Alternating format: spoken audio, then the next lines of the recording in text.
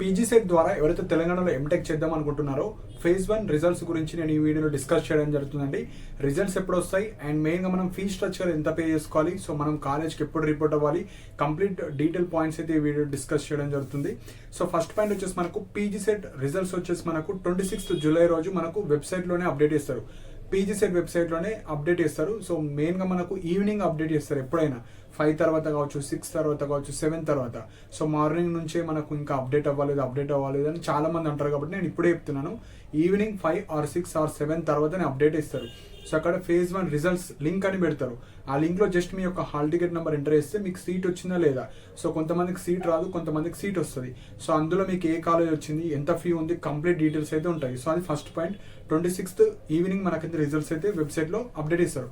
Suppose ఏమైనా server issues వస్తే 26th రోజు అప్డేట్ అయితే ఇస్తారు. సెకండ్ పాయింట్ వచ్చేసి మనకు సీట్ రాని వాళ్ళు మీరు ఫేజ్ 2లో మళ్ళీ పెట్టుకోండి. సీట్ వచ్చిన వాళ్ళు మీకు ఇంట్రెస్ట్ ఉంటే ఈ కాలేజ్లో జాయిన్ అవ్వాలి, లేకపోతే మళ్ళీ మీకు అది ఇంట్రెస్ట్ లేకపోతే వదిలేసుకొని ఫేజ్ 2లో మీరైతే పార్టిసిపేట్ చేసుకోవచ్చు. నా సజెషన్ వచ్చేసి ఫేజ్ 1లో వచ్చింది బుక్ చేసుకొని కాలేజ్కి వెళ్ళి రిపోర్ట్ చేసి మళ్ళీ ఫేజ్ 2లో అయితే మీరు పార్టిసిపేట్ చేస్తే మీకు ఒక సీట్ అయితే ఉంటుంది, లేకపోతే సీట్ అయితే అవుతుంది. ఫీజు పేమెంట్ చేసి కాలేజ్కి వెళ్తేనే సీట్ ఉంటుంది. ఓన్లీ ఆన్లైన్లో బుక్ చేసుకుంటా నేను ఫీజు పే చేయనంటే అట్లా ఉండదు. ఫీజు పేమెంట్ చేసి కాలేజ్కి వెళ్తేనే బుక్ అవుతుంది, లేకపోతే బుక్ అవ్వదు. థర్డ్ పాయింట్ వచ్చేసి మనకు ప్రతి కాలేజీలో కట్ ఆఫ్ ర్యాంక్స్ కూడా పెడతారు. అంటే ఎవరెవరికి ఇప్పుడు ఎగ్జాంపుల్ జేఎన్టీయూలు ఉంది, కంప్యూటర్ సైన్స్ ఉంది. కంప్యూటర్ సైన్స్లో ఎంతమందిని తీసుకున్నారు, ఏ కేటగిరీ వాళ్ళని తీసుకున్నారు, వాళ్ళ లాస్ట్ కట్ ఆఫ్ ఎంత, అది కంప్లీట్గా మీరు చూసుకోవచ్చు.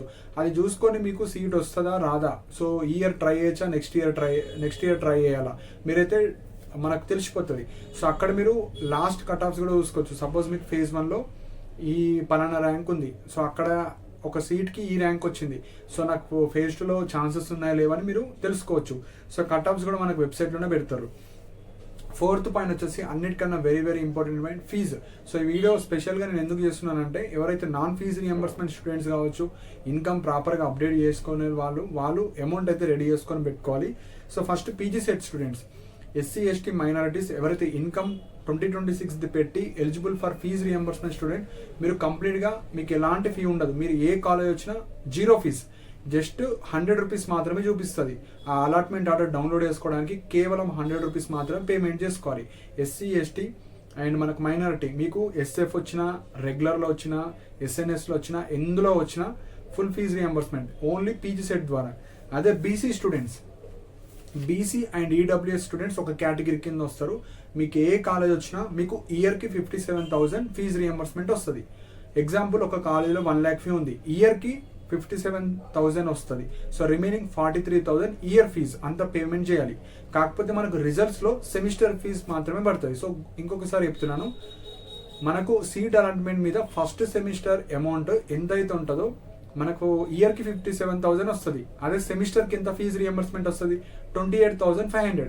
సో సెమిస్టర్ ఫీజు నుంచి 28,500 రూపీస్ తీసేసిన తర్వాత రిమైనింగ్ అమౌంట్ ఎంత అయితే ఉంటుందో ఆ అమౌంట్ మీరు పే చేసుకోవాలి. సింపుల్గా సీట్ అలాట్మెంట్ మీద సెమిస్టర్ అమౌంట్ పడుతుంది. మనకు ఇయర్కి 57,000 ఇస్తారు మనకి ఈ పాస్ ద్వారా. అదే పర్ సెమిస్టర్కి ఎంత వస్తుంది, 28,500. సో 28,500 రూపీస్ మీకు ఫస్ట్ సెమిస్టర్లో ఫీజు రియంబర్స్మెంట్ పోగా రిమైనింగ్ అమౌంట్ ఎంతైతే ఉంటుందో అది మీరైతే రెడీ చేసుకొని పెట్టుకోవాలి.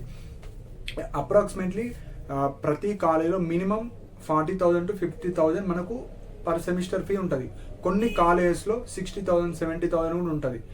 So based on your colleges మనకు అప్రాక్సిమేట్లీ మీరు ఒక 30,000 to 50,000. సో ఎవరైతే పార్షియల్ ఫీజు రియంబర్స్మెంట్ వాళ్ళు ఉంటారో 30,000 to 50,000 అమౌంట్ మీరు రెడీ చేసుకొని పెట్టుకోండి. సో దట్ మీకు ఎంత అమౌంట్ అయితే డిస్ప్లే అవుతుందో ఆ అమౌంట్ మీరు పే చేసుకోవాలి. సపోజ్ ఇంకా కన్ఫ్యూజన్లో ఉంటే మీకు రిజల్ట్స్ రోజు ఆ కాలేజ్ ఫీజు ఎంత ఉంది, మీకు ఎంత ఫీజు రియంబర్స్మెంట్ వచ్చింది, total amount to be paid pink కలర్లో మనకి అమౌంట్ పడుతుంది. Total amount to be paid అంటే మీరు ఈ సీట్ని బుక్ చేసుకోవడానికి టోటల్ అమౌంట్ ఎంత ఉంటుందో ఆ అమౌంట్ మీరు పే చేసుకొని పెట్టుకోవాలి. సింపుల్గా 30,000 to 50,000 రేంజ్లో ఉంటుంది. ఆ అమౌంట్ మీరు ఇప్పుడే రెడీ చేసుకొని పెట్టుకోండి. అదర్ స్టూడెంట్స్ ఎవరికైతే ఫాదర్ ఎంప్లాయీస్ ఉన్నారు, ఇన్కమ్ ప్రాపర్గా లేదు, ఇన్కమ్ ఎలిజిబిలిటీ లేదు, అలాంటి వాళ్ళు 50,000 40,000 వరకు ఫీ ఉంటుంది. ఆ అమౌంట్ అయితే మీరు రెడీ చేసుకొని పెట్టుకోవాలి. సో చాలా కాలేజెస్లో 1 lakh ఫీ ఉంటుంది, 90,000 ఉంటుంది. కొన్ని కాలేజ్లో సిబిఐటి కావచ్చు, విఎన్ఆర్ వాసవి కావచ్చు 1.2 1.3 1.5 వరకు కూడా ఉంటాయి. సో మీరు based on your reservation income మీరైతే అమౌంట్ అయితే మీరు రెడీ చేసుకొని పెట్టుకోండి. సో గేట్ స్టూడెంట్స్ సో ఎవరైతే గేట్ ద్వారా సీట్ అలాట్మెంట్ అయిన వాళ్ళు, మీరు ఇర్రెస్పెక్టివ్ ఆఫ్ యువర్ క్యాస్ట్, మీరు ఎస్సీ ఎస్టీ మైనారిటీ ఏ క్యాస్ట్ అయినా కానీ మీరు కంప్లీట్గా ఫస్ట్ సెమిస్టర్ అమౌంట్ మీరు పే చేసుకోవాలి. సో మినిమం 50,000 మీరు రెడీ చేసుకొని పెట్టుకోండి. గేట్ స్టూడెంట్స్, గేట్ ద్వారా సీట్ వచ్చిన వాళ్ళందరూ మినిమం 50,000 మీరు రెడీ చేసుకొని పెట్టుకోండి. ఎందుకంటే per year fee 1 lakh to 1.2 వరకు ఉంటాయి చాలా కాలేజెస్కి. సో మినిమం 50,000 పెట్టుకుంటే మీకు అక్కడ టోటల్ డిస్ప్లే అవుతుంది అమౌంట్. ఆ అమౌంట్ మీరు పేమెంట్ చేయాలి. ఆన్లైన్లో పేమెంట్ చేసిన తర్వాత సీట్ అలాట్మెంట్ ఆర్డర్ వస్తుంది, అప్పుడు మీరు కాలేజ్కి వెళ్ళాలి. సో ఫీజ్ పేమెంట్ సింపుల్గా total amount to be paid pink కలర్లో అమౌంట్ డిస్ప్లే అవుతుంది. ఆ అమౌంట్ మీరు ఆన్లైన్లో పే చేసుకోవాలి. ఆన్లైన్లో మనకు ఒక 4 days ఛాన్స్ ఇస్తారు, 27th, 28, 29, 30. వెంటనే అదే రోజు మీరు పేమెంట్ చేయకండి.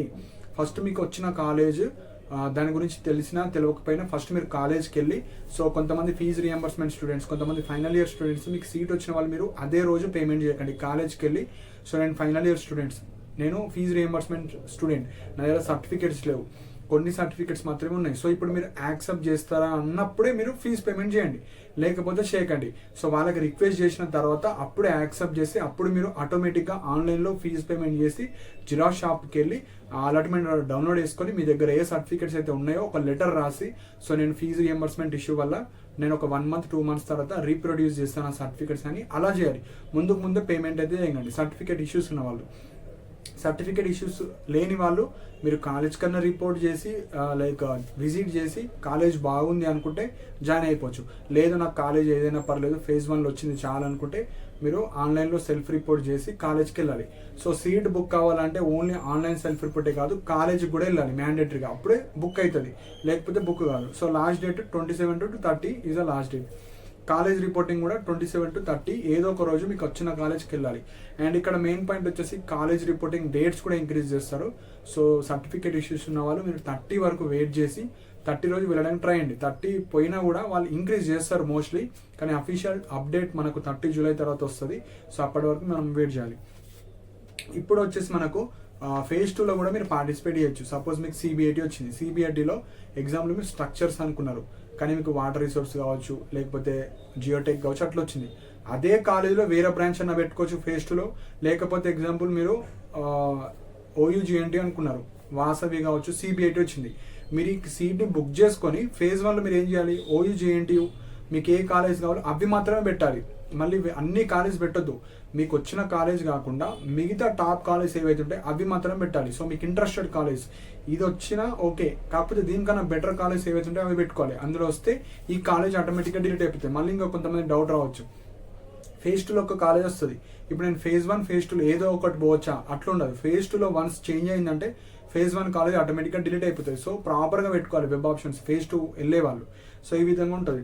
నెక్స్ట్ వచ్చేసి ఏ కాలేజ్ వచ్చినా ఈ ట్యూషన్ ఫీజు కాకుండా ఎక్స్ట్రా ఫీజు అడుగుతారు. అడ్మిషన్ ఫీ అని, లైబ్రరీ ఫీజు అని, మిస్లేనియస్ ఫీ అని, ఏదో ఒక ఫీ మినిమం 5,000 to 10,000 అయితే అడుగుతారు. సో మీరు అడ్మిషన్ రోజే పే చేసుకోవాలి, కాబట్టి మీరైతే ఆ అమౌంట్ కూడా తీసుకొని వెళ్ళాలి. అండ్ వెళ్ళేటప్పుడు సర్టిఫికేట్స్ కూడా తీసుకొని వెళ్ళాలి. మీ దగ్గర ఫీజు రియంబర్స్మెంట్ సర్టిఫికేట్ ఇవ్వలేరు, ఆ రీజన్స్ అందరూ మీ దగ్గర ప్రజెంట్ ఏ సర్టిఫికేట్స్ ఉన్నాయో అవన్నీ ఒరిజినల్స్ తీసుకొని వెళ్ళాలి. అండ్ 2 sets of జిరాక్స్ కూడా మీరు తీసుకొని వెళ్ళాలి. అండ్ కాలేజీలో సబ్మిట్ చేసే ముందే అవన్నీ మీరు స్కాన్ చేసుకొని మీరు మెయిల్లో కావచ్చు మీ దగ్గర పెట్టుకోండి డిజిటల్ ఫార్మేట్లో. అండ్ ఎవరి దగ్గర అయితే final year students and fees reimbursement students ఉంటారు, కస్టోడియన్ సర్టిఫికేట్ తెచ్చుకోండి. కస్టోడియన్ అంటే ఇప్పుడు మీకు ఒక కాలేజ్ వస్తుంది, వాళ్ళు యాక్సెప్ట్ చేయాలంటే మీ సర్టిఫికేట్స్ అని మీ కాలేజీలో ఉన్నట్టు proof. Due to fees reimbursement my certificates are in my old college or BTech college అని ఒక ఫార్మేట్ ఇస్తారు వాళ్ళు, మీ కాలేజ్ వాళ్ళు బీటెక్ కాలేజ్. అక్కడ నుంచి మీరు తెచ్చుకుంటే ఏమేమి సర్టిఫికేట్స్ ఉన్నాయో వాళ్ళు చూసి ఓకే అవి మీ కాలేజీలో ఉన్నాయి కాబట్టి ప్రజెంట్ మీరు అమౌంట్ పే చేసుకొని మీరు ఇక్కడ జాయిన్ అయిపోయినని ఈ ప్రజెంట్ కాలేజీలో వాళ్ళు చెప్తారు. Custodian is for certificate purpose. Course completion అనేది మీరు కోర్స్ అయిపోయినట్టు, మీ యొక్క బీటెక్ పాస్ అయినట్టు కోర్స్ కంప్లీషన్ మీరు తెచ్చుకోండి మీ కాలేజ్ నుంచి. ఇవి 2 సర్టిఫికేట్స్ తెచ్చుకోండి. సో ఈ విధంగా మనకైతే ఫీజ్ డీటెయిల్స్ కావచ్చు, మనకి రిజల్ట్స్ గురించి, కాలేజ్ రిపోర్టింగ్ ఈ విధంగా ఉంటాయి. సో ఇందులో ఏమైనా డౌట్స్ ఉంటే మీరు కింద కమెంట్స్లో మెన్షన్ చేయండి. అండ్ మెయిన్గా మన college list, so 30 rupees offer అయితే ఉంటుంది. అందులో మీకు మెయిన్గా ఏ కాలేజ్లో ఎంత ఫీ ఉంది, సో మనం ఎంత అమౌంట్ రెడీ చేసుకొని పెట్టుకోవాలి, సో ఏ కాలేజ్లో ఫస్ట్ సెమిస్టర్ ఫీజు ఎంత ఉంది, 1 year ఫీ ఎంత ఉంటుంది, అవన్నీ డీటెయిల్స్ ఉంటాయి. సో ఇంట్రెస్ట్ ఉంటేనే మీరు అది పర్చేజ్ చేసుకోవచ్చు. సో లింక్ క్లిక్ చేసుకున్న తర్వాత 30 rupees పేమెంట్ చేసిన తర్వాత అక్కడ డైరెక్ట్ PDF రాదు, మీకు మెసేజ్ వస్తుంది. మెసేజ్ చదివి అక్కడ view purchase or access your purchase అనేది ఒకటి వస్తుంది. అది క్లిక్ చేసుకున్న తర్వాత లాగిన్ అవ్వాలి మీ మొబైల్ నెంబర్తోని, మీ ఈమెయిల్ ఐడితోని లాగిన్ అయిన తర్వాత మీ పీడిఎఫ్ అయితే వస్తుంది. అందులో ప్రతి బ్రాంచ్ ఫీ ఎంత ఉంటుంది, సో మనము ఆ ఫీజు రియంబర్స్మెంట్ అమౌంట్ తీసేసిన ఎంత పే చేసుకోవాలి, ఆ అమౌంట్ అయితే మీరు రెడీ చేసుకొని పెట్టుకోండి. లేకపోయినా నో ప్రాబ్లం, మనకు రిజల్ట్స్లో వస్తుంది. ఎంత అమౌంట్ అయితే డిస్ప్లే చూపిస్తుందో మీరు 3-4 days ఛాన్స్ ఉంటుంది కాబట్టి అమౌంట్ రెడీ చేసుకొని పెట్టుకోండి. The main purpose of this video is మీరు కనీసం ఇప్పుడు టైం ఉంది కాబట్టి, ఇప్పుడు కొంతమంది దగ్గర ఫైనాన్షియల్ ప్రాబ్లం ఉండొచ్చు, సో మీరు అమౌంట్ రెడీ చేసుకొని పెట్టండి. కనీసం ఒక 50,000 40,000 ఎవరైతే GATE students and non fees reimbursement and partial fees reimbursement students. So guidance కావాలి, నాతో పర్సనల్గా మాట్లాడాలనుకుంటే సో 100 రూపీస్ అయితే ఛార్జ్ చేయడం జరుగుతుంది. టిల్ స్పాట్ అడ్మిషన్స్ వరకు మీకున్న డౌట్స్ అన్ని క్లారిఫై చేయడం జరుగుతుంది, కాల్ ద్వారా కావచ్చు, మెసేజ్ రూపంలో. సో ఇంట్రెస్ట్ ఉంటే మీరు మెసేజ్ చేయండి, లైక్ పీజీసెట్ గైడెన్స్ అని మెసేజ్ చేస్తే మీకు టిల్ స్పాట్ అడ్మిషన్స్ వరకు మీకు ఏ డౌట్ ఉన్నా క్లారిఫై చేయడం జరుగుతుంది. సో 26th ఈవినింగ్ వరకు మీరైతే వెయిట్ చేయండి. సో రిజల్ట్స్ రాగానే అమౌంట్ పే చేసుకొని మీకు వచ్చిన కాలేజీలో వెళ్ళొచ్చు. సీట్ రాని వాళ్ళు మీరు కట్ ఆఫ్స్ చూసుకొని మీరు ఫేజ్ 2లో కొద్దిగా ఎక్కువ కాలేజ్ అయితే పెట్టుకోవడానికి ట్రై అండి. సో ఇవి ఇంపార్టెంట్ పాయింట్స్ అండి. అండ్ ఫేజ్ 2 గురించి అడుగుతారు. ఫేజ్ 2 వచ్చేసి మనకు ఆగస్ట్. సో ఈ కాలేజ్ రిపోర్టింగ్స్ మోస్ట్లీ ఇంక్రీజ్ అవుతాయి. ఆగస్ట్ 10 తర్వాత మనకు ఫేజ్ 2 అయితే ఉంటుంది. సో ఇవి ఇంపార్టెంట్ పాయింట్స్. సో మీకు ఏమైనా డౌట్స్ ఉంటే మీరు కింద కమెంట్ సెక్షన్లో మెన్షన్ చేయండి. అండ్ ఇలాంటి అప్డేట్స్ కోసం మన ఛానల్ని సబ్స్క్రైబ్ చేసుకోండి. And thank you for watching my video.